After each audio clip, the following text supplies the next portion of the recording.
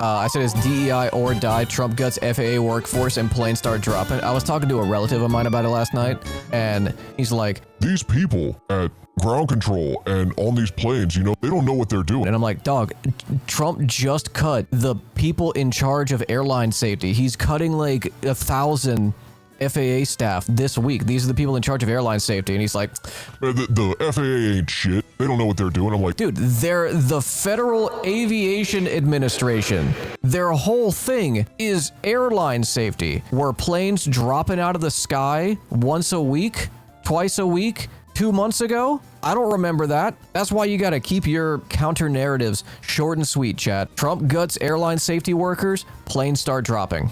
Hey man, if I fire the people in charge of, you know, making sure this area doesn't burst into flames, and then it bursts into flames, it seems like those two things are connected. Wow, new footage of the Delta plane landing and rolling over in Toronto.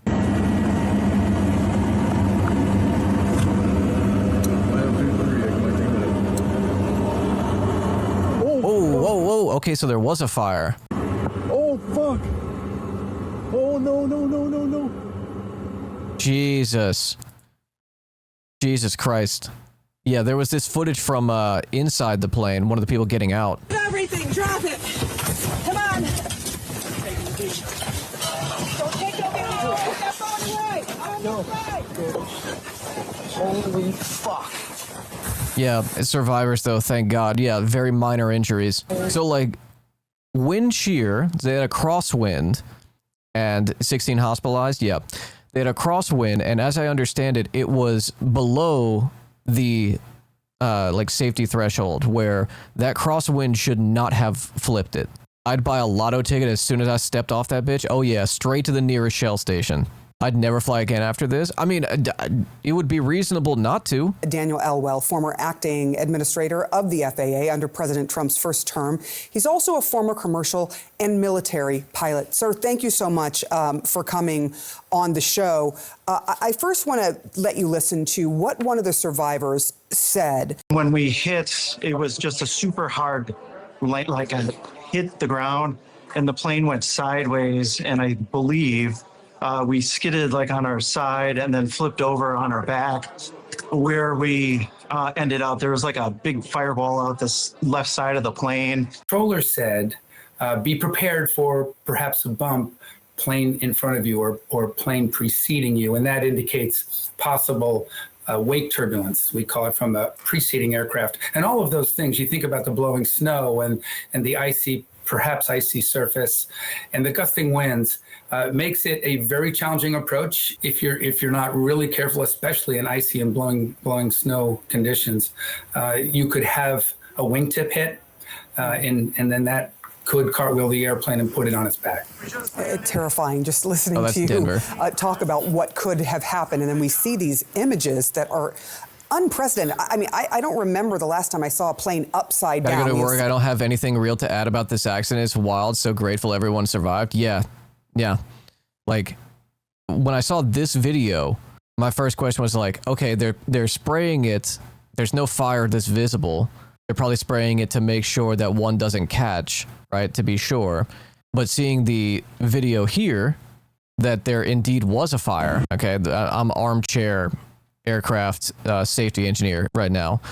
It looks like the reason it rolled is because like it looks like the back right side wheel gave out and it tilted it. The wing dragged and then tore off. There's the fire, and then it just tilted from there. Wind caught this other wing that pushed it even further to tip, and it just slid for a couple hundred yards. The report I saw was there was like a 30-mile-an-hour crosswind, which is not outside of the ordinary. It's not like, you know, outside of safety parameters. See the tunnel crash in Wyoming? Now to the fire.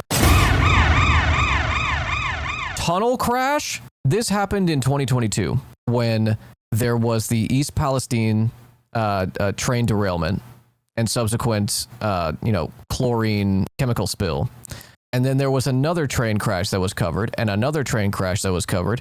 And people were realizing, oh, we have on average 3 train derailments a day in America.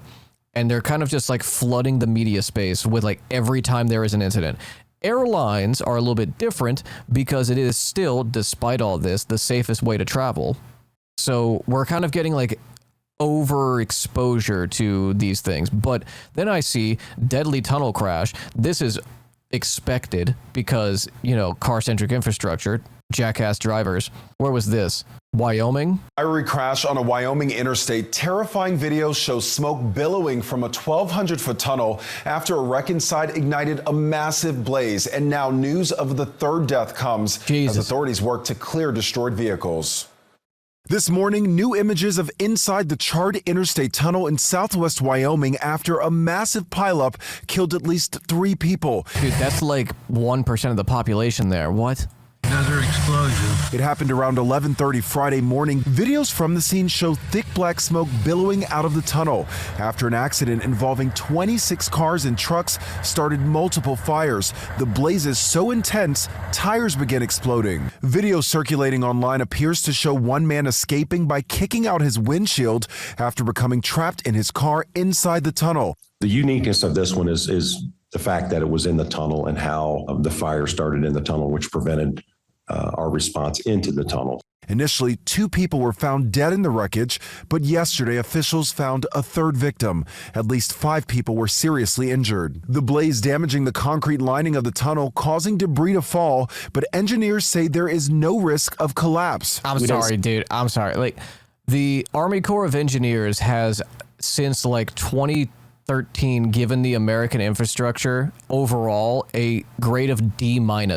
Like, across the board, the average infrastructure rating in America is a D-. Like, it's bad. I'm not driving through no goddamn tunnel after a fire. Nope, I'm not doing it. I will reroute. Okay, it's Wyoming. It'll take me an extra 4 hours, but I'm doing it. Seeing exposed rebar, but we're seeing a lot of debris on the ground. There's no issues with the integrity of the rock, so we're not expecting them. It's like the ice and powdered snow from drifts combined with tarmac. It creates very slippery conditions on top of wind gusts. We're in a cold snap at the moment in Canada. Mountain to collapse, the tunnel to collapse. The NTSB is now working, investigating at the scene, trying to piece together exactly what happened. Local police say they believe weather and speed likely played a role. No detail. Sure. It's also too many cars. Speed, yeah, people just speeding through. Like, they had the 35-mile-an-hour speed limit sign. And yeah, people speed like crazy. People driving fast in snow, not having the correct tires. Meanwhile, in China, imagine driving along a road that's almost dope. Imagine me taking a plane. Imagine me taking high-speed rail, okay? Imagine me doing literally anything else.